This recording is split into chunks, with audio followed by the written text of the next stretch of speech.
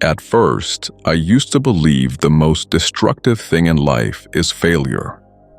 But what happened to me later completely changed that belief.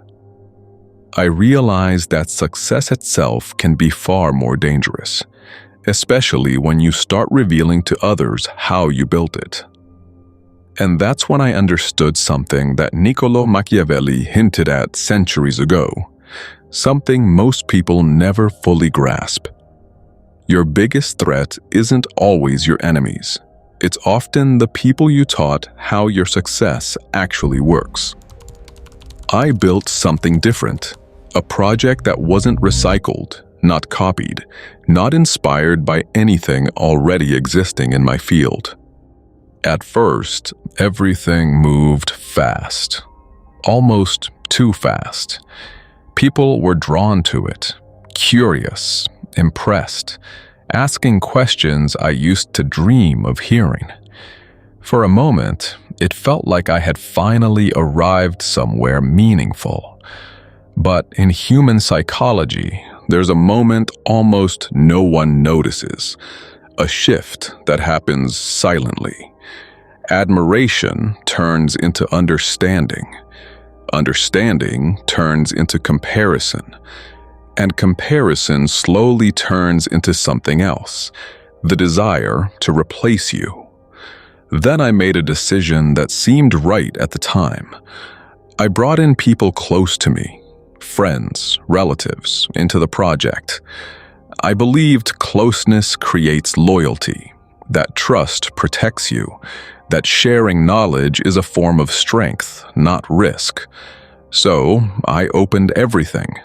My thinking process, execution details, the hidden logic behind decisions, the mistakes, even the structure behind how everything actually worked. I wasn't building a system anymore, I was explaining it. And that's when things started to shift, quietly. There was no betrayal scene, no dramatic argument, no obvious moment where everything broke.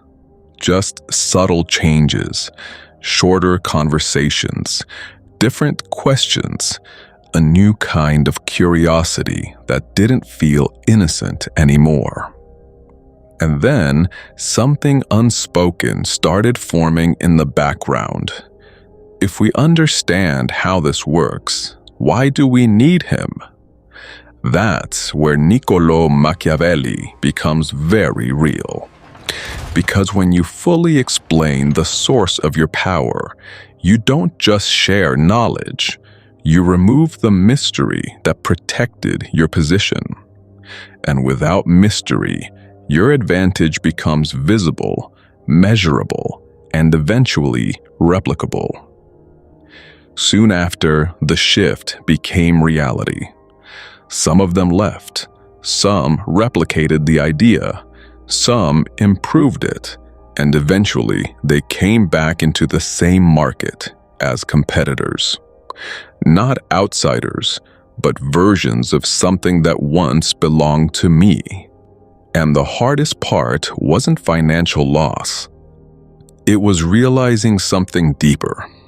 A part of my own thinking had been externalized and was now working against me.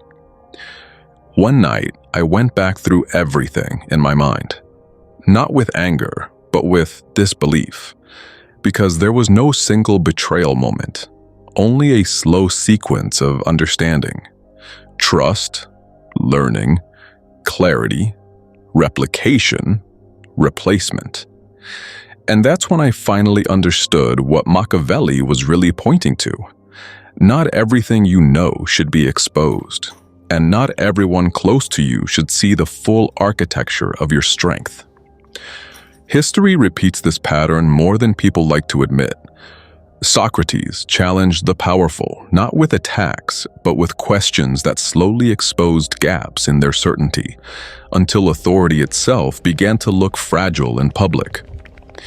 Galileo Galilei didn't just discover something new, he said it out loud in a world that wasn't ready to accept that its entire framework might be wrong. And Joan of Arc wasn't dangerous because she was powerful, but because her existence alone raised a question no system wants to face. What if someone outside the structure can outperform those inside it? The pattern is always the same. It's not just intelligence, it's not just success, it's visibility. Because people don't only react to what you achieve, they react to what your achievement says about them. And that's the part most people never see coming. Sometimes they admire you, sometimes they learn from you, but at a certain point, admiration turns into measurement, and measurement always creates tension. So I learned something I didn't want to accept at first. Success isn't just about building something valuable.